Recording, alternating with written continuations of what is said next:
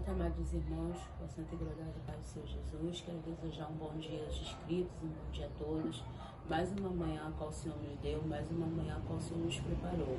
E nessa manhã, a palavra de Deus está em Lucas, no seu capítulo 7, a partir do seu versículo 11, onde fala o filho da viúva de Naim. E diz a palavra de Deus que fala: e aconteceu pouco depois de ir à cidade chamada Naim, e com ele ia muitos dos discípulos e uma grande multidão. E quando chegou perto da porta da cidade, eis que levavam um dos filhos da filho único de sua mãe, que era viúva, e com ela ia uma grande multidão da cidade. E vendo o Senhor, moveu-se de íntima compaixão por ela, e disse-lhe: não chores. E chegando-se, tocou no esquife, e os que levavam pararam, e disse: jovem, eu te digo, levanta-te. E o defunto assentou-se e começou a falar, e entregou a sua mãe, e todos se apoderaram de temor, e glorificaram a Deus, dizendo: um grande profeta se levantou entre nós, e Deus visitou seu povo, e correu dele uma fama por toda a Judéia, por toda a terra circunvizinha. A palavra de Deus fala que, lá em Naim havia uma viúva, e a palavra de Deus fala que ela tinha perdido o seu marido, e não só perdendo seu marido, agora veio perder o seu filho, e a palavra de Deus especifica que é o seu único filho. E havia ali um enterro, onde a viúva ia chorando a morte do seu filho, e todos se lamentando a perda daquela mulher, porque nós sabemos que naquele tempo ali, o filho ficava no lugar do pai. Quando o pai morria, o filho, louvado seja o nome do Senhor, tinha obrigação naquele tempo de honrar a sua mãe, louvando seja o nome do Senhor, trazendo sustento, trazendo a provisão. E ali aquela mulher já não se encontrava mais com seu marido, e agora também não se encontrava mais com seu filho, porque o seu filho era morto. Então você imagine, louvado seja o nome do Senhor, o desespero daquela mulher, porque a Bíblia especifica que era seu único filho, ou seja, não existia outro filho. Embora nós como mães podemos ter mais de um filho, mas a perda de um não supra a necessidade do outro. A palavra de Deus fala que aquela mulher ali vinha, louvado seja o nome do Senhor, sofrendo naquele velório, chorando e se lamuriando. Só que naquele momento ali, Deus tinha marcado um encontro tremendo. Ali ela não sabia que ia dar de frente com Jesus. Jesus, que é o dono da vida. A palavra de Deus fala que quando Jesus vê aquele velório, ele se envolve de íntima compaixão pelaquela mãe. Agora eu pergunto assim, tem coisas que são marcadas e tem coisas que já estão para acontecer na nossa vida. Porque a palavra de Deus nos ensina que havia muitas prostitutas, porém Raabe foi bem-sucedida porque amava a Deus.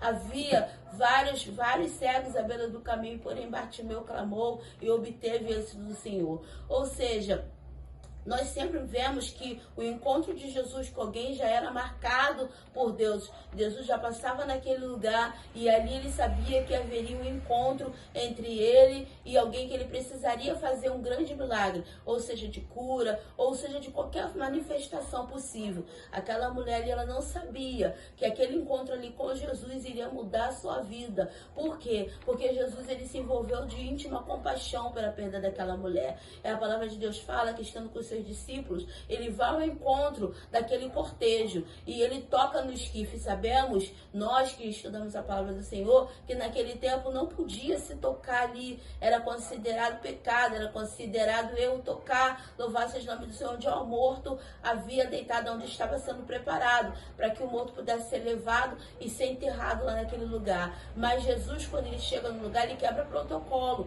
Jesus, quando ele chega no lugar, ele chega para mudar o ambiente, e ele naquele momento iria marcar a vida daquela mulher. Eu não sei no que sua vida precisa ser marcada nessa manhã. Eu não sei qual é o tipo de perda que seu espírito chora nessa manhã. Talvez você não perdeu ninguém, mas você perdeu a alegria de viver, porque nós sabemos que nesse século está vendo a depressão, a tristeza, muitos estão querendo ceifar a sua vida, Nós não sabemos que tipo de encontro Jesus tem que ter contigo e comigo nessa manhã, mas nós sabemos de uma coisa, que onde Jesus está, declara, alguma coisa acontece. E para Deus não há nada impossível. E ao tocar naquele esquife, todos colocaram o esquife no chão.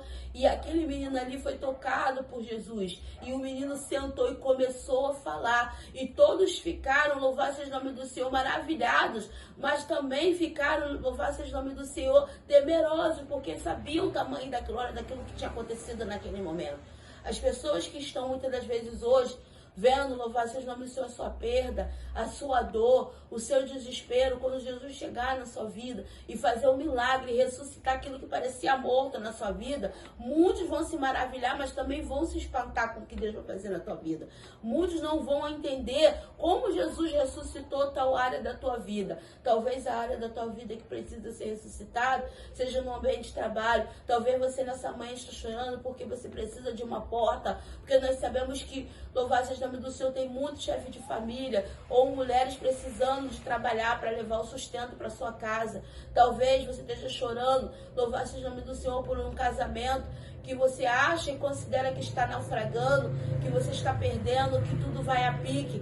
E Deus, Ele está aqui te dizendo que Ele está pronto para ir em teu encontro, que nessa manhã Ele se moveu de íntima compaixão para com a tua vida e quer mudar a sua história. Jesus, quando Ele passava no ambiente, Ele sempre mudava a história de alguém. Ele sempre mudava a história daquela pessoa que necessitava e aquelas pessoas que estavam em volta. Vimos isso na pesca maravilhosa, quando seus discípulos voltaram sem nada. Mas Jesus falou para ele, volta para o mar, volta para o mar e lança a rede. E eles falaram, sobre a tua palavra nós voltaremos. Ali a pesca não foi só para quem estava no barco, mas para aqueles que estavam em volta, receberam também de Jesus. Eu creio que o seu milagre vai impactar vidas. Eu creio que o seu milagre não vai ser só para você, mas vai estar para todos aqueles que estão na tua volta a receber também e ver que Deus é na tua vida. Então que nessa manhã você saiba que Jesus está aqui para ressuscitar aquilo que havia perdido na tua vida. O que se perdeu na sua vida? O que você considera que está morto na sua vida? Começa a falar com Deus nessa manhã. Jesus, venha ao meu encontro e tenha compaixão disso que eu estou passando e muda a minha história. Ressuscita aquilo que para mim parece morto e faz acontecer de novo e faz coisas novas na minha vida. Porque é assim que nós temos que pedir, né? Jesus chegou nessa família, nessa mulher e mudou a história dela, a mulher que já era viúva e agora estava sem o seu único filho. Agora vê a vida do seu filho voltando e ela se alegrando. É isso que Jesus fala. O choro pode durar uma noite, mas a alegria vem pelo amanhecer. E o seu amanhecer também está chegando. Talvez você possa falar assim, mas eu estou muito tempo esperando por esse amanhecer. Mas espera mais um pouquinho, porque um dia para Deus é como 1000 anos, 1000 anos para Deus é como um dia. Mas o seu amanhecer vai chegar. E quando ele chegar, meu irmão, quando ele chegar, minha irmã, haverá sinais ao teu redor. Porque Deus, ele chega assim, não para fazer um milagre silencioso, mas para fazer um milagre que todos vejam, que todo o tempo Deus foi contigo, amém? Que o Senhor Jesus te abençoe, que o Senhor Jesus te dê graça nessa manhã, que o Senhor Jesus te guarde aonde quer que você vá, ida e volta, e que o Senhor possa estar contigo nesta manhã, em todos os dias, até o século dos séculos, em nome de Jesus, amém.